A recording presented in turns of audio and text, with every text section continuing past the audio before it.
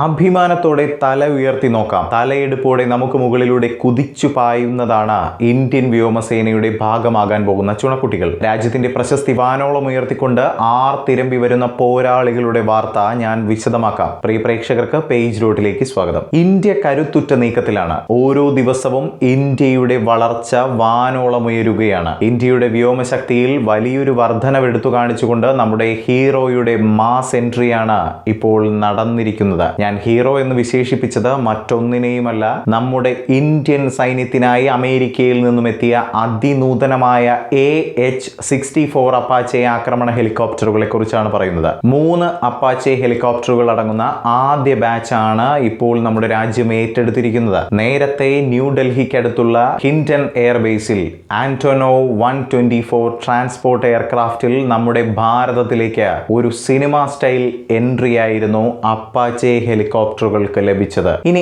എന്തിനാണ് ഈ ഹെലികോപ്റ്ററുകളെ നമ്മൾ ഏറ്റെടുത്തതെന്ന് പരിശോധിക്കാം. വെല്ലുവിളി നിറഞ്ഞ ഭൂപ്രദേശങ്ങളിൽ, പ്രത്യേകിച്ച് പാകിസ്ഥാനുമായുള്ള പടിഞ്ഞാറൻ മേഖലയിൽ പ്രവർത്തനങ്ങൾ ശക്തിപ്പെടുത്തുന്നതിനുള്ള ഒരു സുപ്രധാന ചുവടുവയ്പായാണ് ഇതിനെ കണക്കാക്കുന്നത്. ഇനി ഈ കരാർ എത്ര കോടി രൂപയുടേതാണെന്ന് അറിയണ്ടേ? പറഞ്ഞുതരാം. 6 അപ്പാച്ചെ ഹെലികോപ്റ്ററുകൾക്കായുള്ള കരാറിലാണ് നമ്മുടെ രാജ്യം ഒപ്പുവെച്ചത്. ഇവയ്ക്ക് ആകെ മൊത്തം 5691 കോടി രൂപയുടെ മൂല്യമാണുള്ളത്. അതായത് ഇതൊരു വമ്പൻ കരാറാണെന്ന് തന്നെ പറയണം. അരിസോണയിലെ ബോയിങ്ങിന്റെ മേസ സൗകര്യത്തിൽ ആഗോള വിതരണ ശൃംഖലയിലെ തടസ്സങ്ങൾ കാരണം ഡെലിവറികൾ 15 മുതൽ 16 ദിവസം വരെ വൈകിയിരുന്നു. ഇന്ത്യൻ വ്യോമസേനയുടെ ഗ്രേ ലിവറിയിൽ നിന്ന് വ്യത്യസ്തമായ മരുഭൂമി കാമോഫ്ലാഷ് സ്കീമുകൾ ഹെലികോപ്റ്ററുകളിൽ ഉൾപ്പെടുന്നു എന്നതാണ്. ഇത് മനസ്സിലാവാത്തവർക്ക് വേണ്ടി പറഞ്ഞു തരാം. ഹെലികോപ്റ്ററുകൾക്ക് ഉപയോഗിക്കുന്ന നിറത്തിന്റെ കാര്യമാണ് പറയുന്നത്. ഇത്തരത്തിലുള്ള കളർ സ്കീമുകൾ ഉപയോഗിച്ചാൽ കരയിൽ നിന്നോ ആകാശത്ത് നിന്നോ ശത്രുക്കൾക്ക് ഇവയെ തിരിച്ചറിയാൻ ബുദ്ധിമുട്ടായിരിക്കും. ഈ അപ്പാച്ചെ ഹെലികോപ്റ്ററുകൾ ചില്ലറക്കാരൊന്നുമല്ല.